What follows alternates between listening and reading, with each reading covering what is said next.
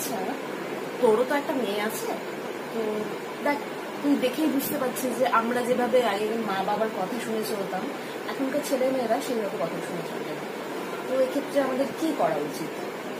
দেখ, প্রথমত দেখ, ছেলে মেয়েদের উপরে কিছু চাপিয়ে দেওয়া তো উচিতই না, আমরা কখনোই দিই না।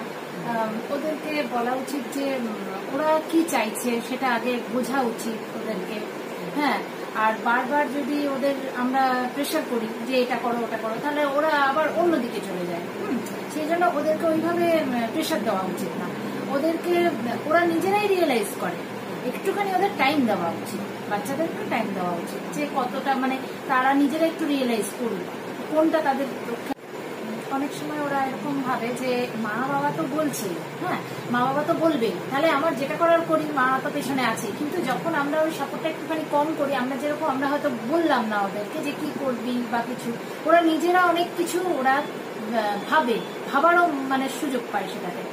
ওরা তার থেকে ভাবে যে আমাকে বাবা মা বলছে না, তাহলে আমাকে নিজেকে কিছু সিলেক্ট করতে হবে যে আমার কি করা উচিত, সেই সময়টুকু দেওয়া উচিত। তার মানে আমাদেরকে ধৈর্য ধরা উচিত। আমরা ডাইরেক্ট ওকে গাইড না করে ওদেরকে নিজে রিয়েলাইজ করে নিজেকে গাইড করার একটা, ওটা সময় দিতে হবে। অন্যের মুখে শুনে আমি সেটা বিশ্বাস করবো না, আমি নিজে বুঝে সেটা করবো। সেটার উপর সেটাই বলছি, সেটাই উপর জোর দিতে বলছি।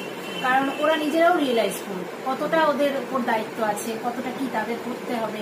কারণ কি ওদের যদি আমরা আমাদের পেশেন্স রাখতে হবে, মানে পেরেন্টসকে পেশেন্স রাখতে হবে বিশেষ করে ওদেরকে গাইড করার জন্য, যে আমরা একটু ওয়েট করি না, দেখি না ওরা কি করছে।